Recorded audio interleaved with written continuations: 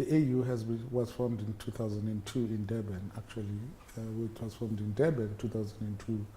And since then, there have not been any reforms that were instituted. But as time went on, people began to realize that, as you grow, any institution, as it evolves, as it grows, then you have a need to change the way you do things or improve, not even just to change or improve, or even to review of whether you've got the correct structures for your programs and all of that. That is what necessitated it. When we, after adopting the 2063 agenda, then we then asked ourselves as an organization, is the AU ready and poised to carry out the aspirations of the 2063 as we are now? So that led to a general review, which led to a need to then get to have a proper review that would look at how the AU functions, how the AU is structured, the African Union Commission, its organs, of the AU organs, and so on. So this is a process that has been ongoing for a while now. I think we're in the second year, if not the third year, of the process, and I think to a very large extent we're getting there towards the culmination of it. Well, the notable strides that have been made. One, we have, through this reform process, managed to improve the way our finances are managed. In that, our budgeting process and so on, we have improved it to a very large extent that we have managed to save about 12%,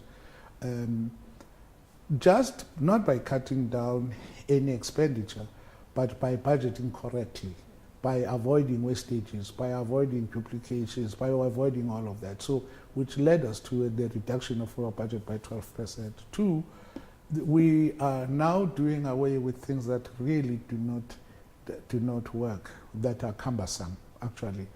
That we are now reducing the number of summits per year. As you know, that our summits are beginning of the year and mid-year. But now we're now starting with only one summit per annum, which will be January, and then mid-year it will be the Executive Council to review the work of the Union in the first half and see whether we're ready for the next half. And then the heads of state will meet again in January. That is that, and then also the head of the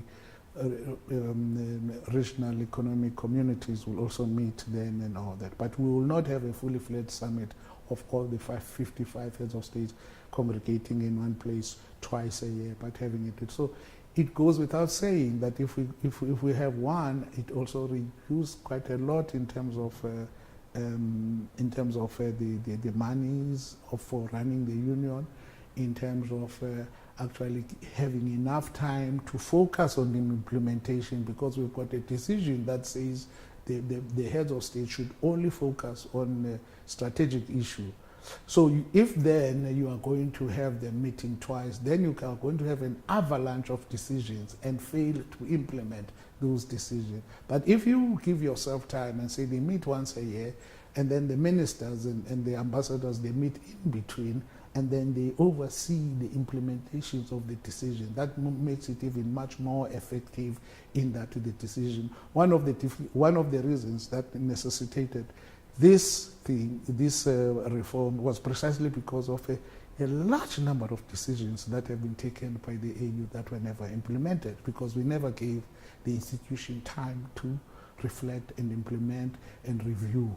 You see, so now we have that. That's one of the biggest, what we call. And also another thing that I think is the question of the financing of the union.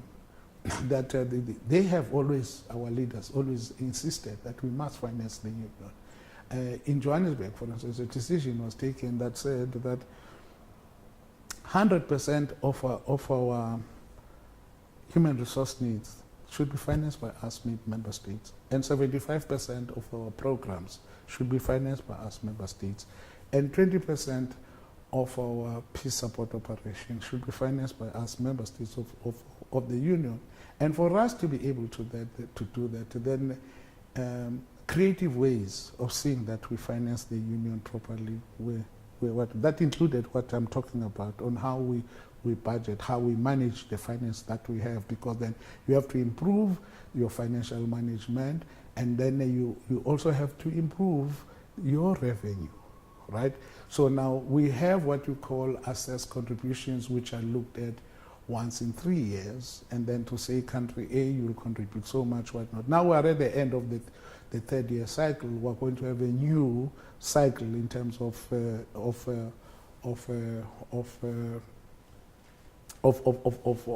assessed contributions of member states. We are also having the question that at the end of the day, our assessed contribution should speak to what it was decided that we should be able to pay 0.2% of our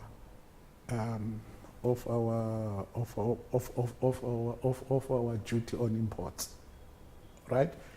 So that we pay 0.2 as part of the contributions from member states. So we're moving in that direction, that we will then be, at some point, we will be paying 0.2, all of us as member states, 0.2 or equivalent of 0.2 into the big baskets, with the aim of reaching that goal of 100%, 75%, and 20% that I've mentioned. On the leadership of the Commission, we have made it clear, like in this summit, we're going to be looking at the reform of the Commission itself now, not just the Union, but specifically the Commission.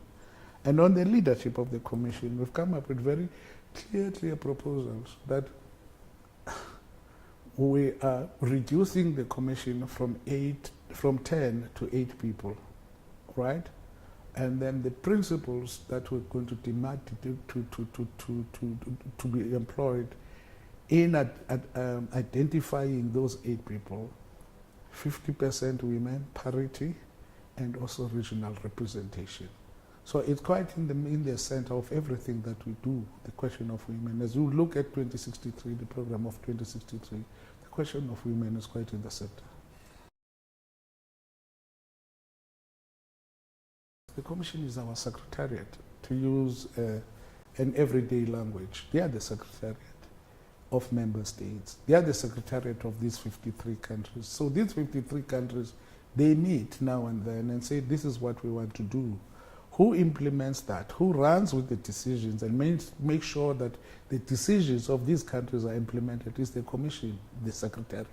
So now, if you've got a Commission that is not very strong, then it will show even in the implementation of the programs. The programs that will implement will be very weak because they are implemented. So you need to have a very strong Commission for you to be able to run with the bigger picture in the continent and in the world, because they are our face to start with. They represent us to the world, and they are the ones who do things on our behalf. There's no member state that can carry that burden. Hence, you have to have the Commission's job is to implement everything that we as member states say we want to see happening. We've been having a chronic problem of member states not paying or paying late or something. But I think now, if you look at the figures of them when the money comes in and all of that, the problem is reducing now. It's not as acute as it was, because I think maybe because of the sanctions and all of that, no one wants to be sanctioned. It's embarrassing to be sanctioned because you don't pay and all that. But this has led to another problem.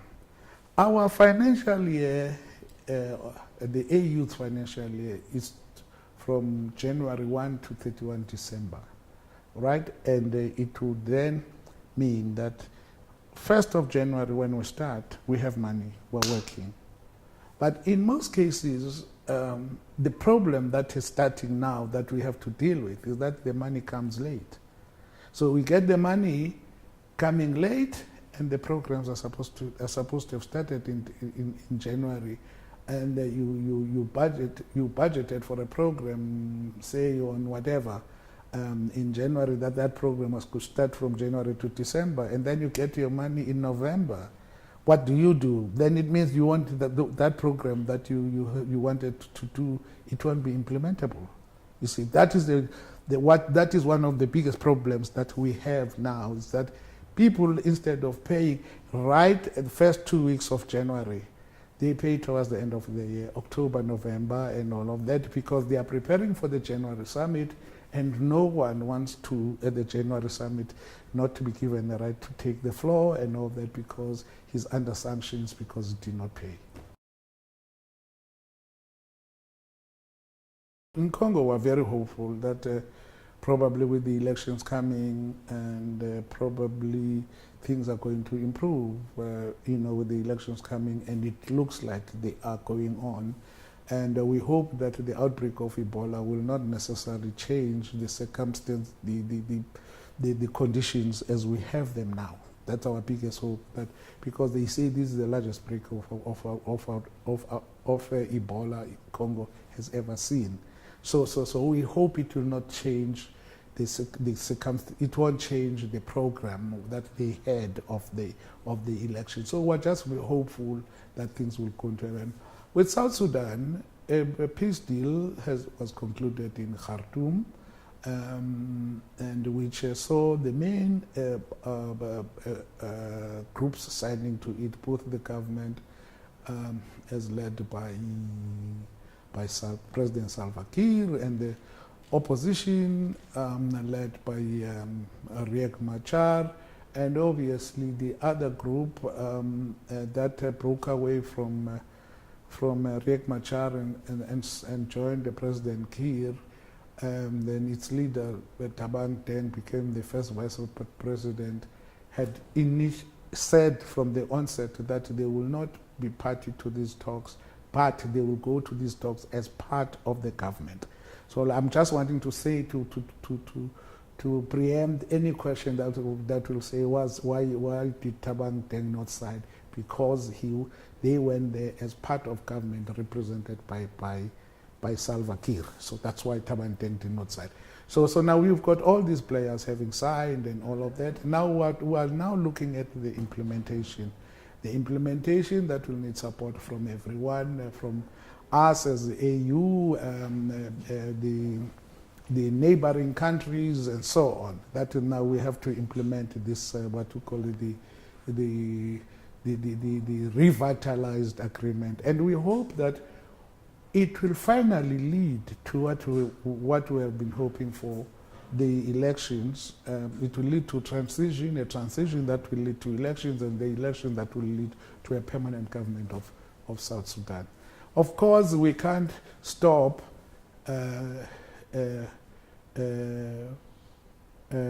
emphasizing on the toll on the South Sudanese people. The humanitarian disaster in South Sudan is way, way, way, way beyond imagination. The people who have been displaced, the people who have been killed, the hunger, and all of that put together, it's just the atrocities that were committed, that include the rape of women and abuse of women and all of that.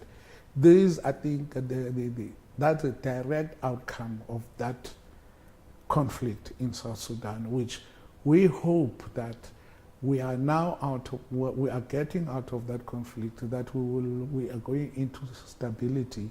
And the first signs, I must say, are that there is a good reason to believe that stability is really coming, that things are going to be better, that maybe this huge humanitarian disaster we always talk about might eventually become a thing of the past.